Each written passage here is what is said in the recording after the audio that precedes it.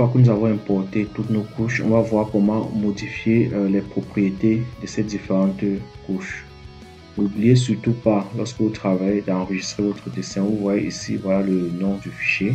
Là, c'est Untitled, ça n'a pas de titre parce que je n'ai justement pas enregistré. Donc, vous cliquez ici pour enregistrer le fichier. Lorsque vous cliquez, il y a une fenêtre qui s'ouvre. Vous choisissez maintenant le chemin d'accès ou l'emplacement où vous voulez stocker votre fichier. Chez moi, je choisis par exemple le C, chaîne YouTube, avril 2020. Une fois que je suis dans l'emplacement où je vais stocker, j'appelle ça localisation Kappa. Bon, là, mon fichier est enregistré. Maintenant, nous allons modifier les propriétés de nos différentes couches une par une. Nous allons premièrement commencer par les régions parce que quand vous voyez par exemple notre plan que nous voulons produire, les régions, il y a les noms des régions qui s'affichent, l'extrême nord, le nord, l'Adamawa, l'est, le sud. Ce que nous voulons faire justement, c'est afficher les noms sur notre table. On décoche généralement pour QGIS lorsque vous travaillez sur une couche. Parfois, c'est lorsqu'il y a trop de couches, vous pouvez décider de désactiver les autres couches. Donc, nous désactivons toutes les autres couches en cliquant sur la couche qui est ici. Vous cliquez sur ça. Vous cliquez, vous voyez toutes les couches disparaissent. On ne reste plus qu'avec la couche. Les couches disparaissent. Je clique également ici. J'affiche juste la couche. On affiche juste la couche des régions. Je mets sur la couche. On zoome sur la couche. Là, nous affichons juste la couche des régions. Apparemment, la couche des régions ne s'affiche pas. Bon, nous allons juste monter. Je supprime. Là. C'est bien quand il y a des petits problèmes qui arrivent pendant la vidéo. Ça permet de voir comment les gérer. Donc, nous allons juste réimporter la couche des régions dans QGIS. Donc, je pars dans l'emplacement où se situe ma base de données.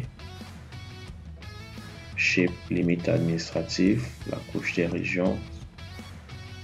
Voilà, c'était la troisième couche. Ok, là nous avons importé la couche des régions. Une fois que cela est fait, nous voulons maintenant afficher les noms des différentes régions. La première chose, je vous conseille en général, vous voyez le nom de la couche. Parfois, vous ne connaissez pas ce que la couche représente.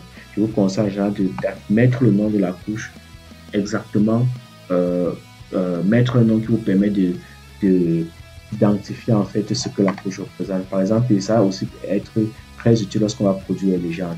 Par exemple, ici, vous voyez, nous avons mis région du Cameroun. C'est ainsi que nous allons intituler notre couche pour que ça apparaisse dans la légende comme ça. On va mettre, pour changer le nom de la couche, vous venez se faire un clic droit, vous venez sur Rename Layer ou renommer la couche. Vous mettez région du Cameroun. C'est ce que notre couche représente.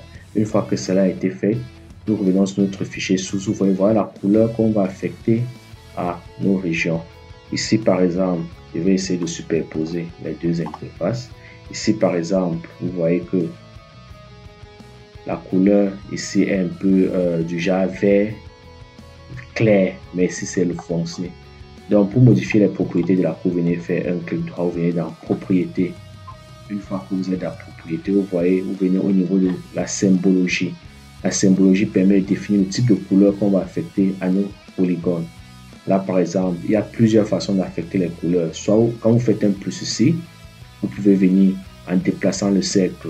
Vous voyez, quand je déplace le cercle, à ce niveau, la couleur change en déplaçant le cercle ici. Ou en général, lorsque je veux piquer une couleur ou piquer une couleur, quand je clique sur Pick Color, par exemple, je fais un clic droit, Pick Color. Je ne vais pas cliquer sur la couleur que j'ai envie de piquer. Je veux la même couleur que ce qui est sur la carte.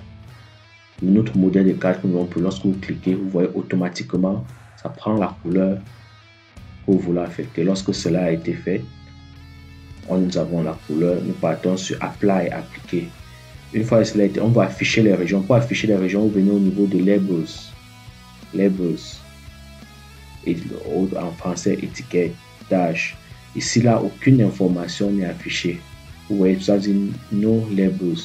Vous déroulez, vous cliquez ici pour dérouler.